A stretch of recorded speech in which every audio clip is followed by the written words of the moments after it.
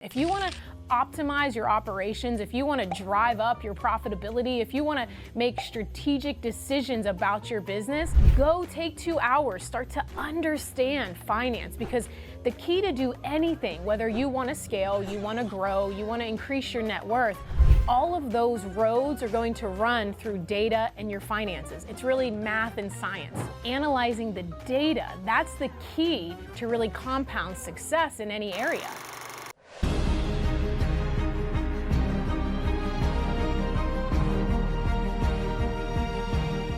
Hey guys, welcome back to another episode of the Candy Valentino Show. All right, so I wanted to talk about a topic that doesn't just necessarily apply to business if you're an entrepreneur, but it also applies to finances, to your life, to really every aspect. And so often I hear people as we come into this new year, we're enamored with all of the things we want to change, all the things that we don't have that we want.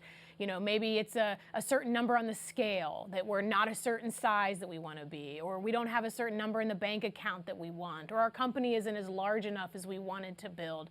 And when we really pull back the curtain and take a look, we find that there are a few things that you can actually do now to make your success not just predictable, but probable and possible in any of these areas of your life that you want to achieve, improve, or grow. So that's what I want to talk to you about today.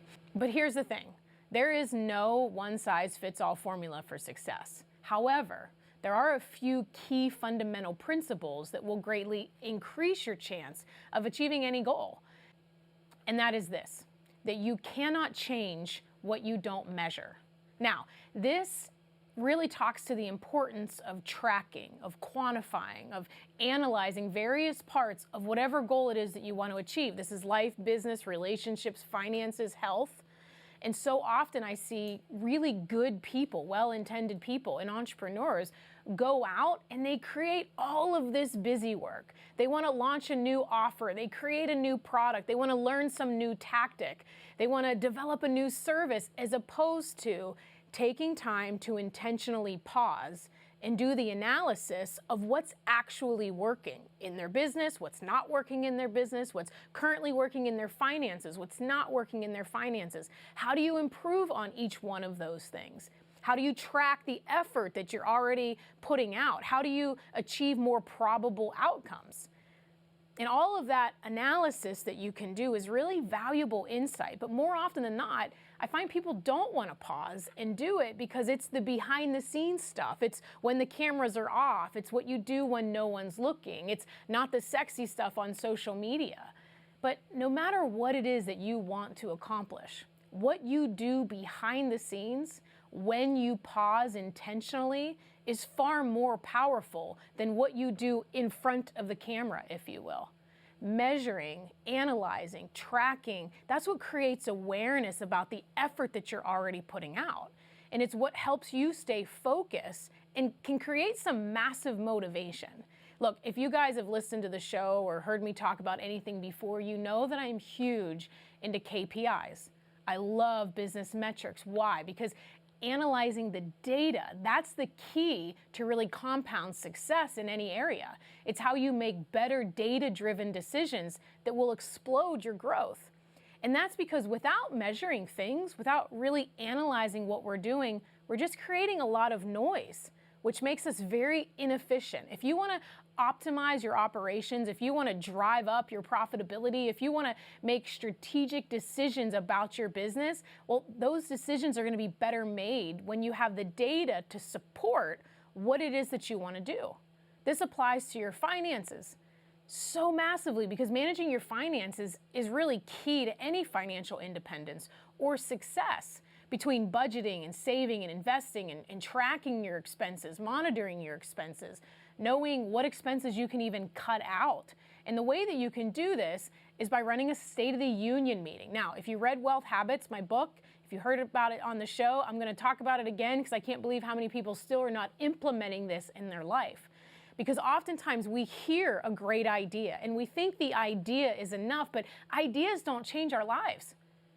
This motivation, me sharing this with you, is not going to change your life. What's going to change your life is the implementation and execution of the idea. That's what's going to change your life. That's what's going to give you a new result, a different outcome, a different level of life. It's identifying these key areas of where you can cut costs, how you can increase savings, where you can make better investment decisions. That brings us back to that State of the Union meeting I talk about all the time. When is the last time you took out your phone, your calendar, you blocked out 2 hours on any day? Pick a day, doesn't matter which day it is. Leave your office, get out of where you typically do business. If you have a home office, please get out of your house and go somewhere else. Pull all of your financials. Pull your bank statements, pull your P&Ls and your income statements, pull your cash flow statements, pull your balance sheets, pull all of your bank reconciliations, pull your POS system and any reports that you have of your POS or your CRM wherever you do business. And if you don't have a business yet, these would be you looking at all of your actual statements of your credit cards as well. Go take 2 hours, start to understand finance, because the key to do anything, whether you want to scale, you want to grow, you want to increase your net worth, all of those roads are going to run through data and your finances. It's really math and science. Success at its core is really math and science. It's understanding how you analyze numbers, it's understanding where to apply capital, and it's execution. And when we simplify it, we can then take that simplicity and really know what valves to turn in order to grow our business or grow our net worth. But you can't do that if you don't follow the data. So I want to encourage you, I want to challenge you, don't just take this as an idea. Don't just take this as a concept. Do it right now. Pull out your phone, go into your calendar, find 2 hours before you actually do it, whatever day that it is, run these reports, run all of your different financial reports, all of your reporting, take all of your credit card statements, your bank accounts, everything, and take a look and see, how much do I have going out? Are you using Amazon too much? Are you relying on DoorDash too much? You know how many fees are baked into DoorDash as opposed if you actually batched your food for the week? What are you spending, overspending on Google Drive, storage accounts, apps on Apple? And see what you can cut. And then also some of these other things like your cell phone and your internet. You know, when is the last time you picked up the phone and you or someone within your company called to say, hey, is there any other promotions going on right now for my internet? Even with my net worth, we still do this once a year. I just did it. We just did it. We went through every single thing. We called APS, which is a power company here, to see if we're on the right program compared to when we actually use the most electric. We called Cox. We saved $42 a month just by picking up the phone to see if there's any way that we can get $188 a month down, and they took it down to $140. So $42 a month. That's $500 a year, just by picking up the phone. So what can you do to really increase your savings? Because here's the thing, business, money, finances are super simple. You make more, you spend less, and that gives you the spread to invest more money so that your money can make more money. That's all there is to it. So what do you need to do in your life right now to just increase what you make by 10%? What is it that you need to do to decrease your expenses by 10%? And then how do you take the gap, the 20% difference, and start investing that into your future and paying yourself first? When it comes to growth, when it comes to wealth, a lot of these principles aren't sexy, but they're actually what works. How do you take right now what you know, how do you increase your earnings, decrease your expenses, and invest more money so that you don't constantly have to trade time for it? All right, guys, I just wanted to give you this quick little episode today.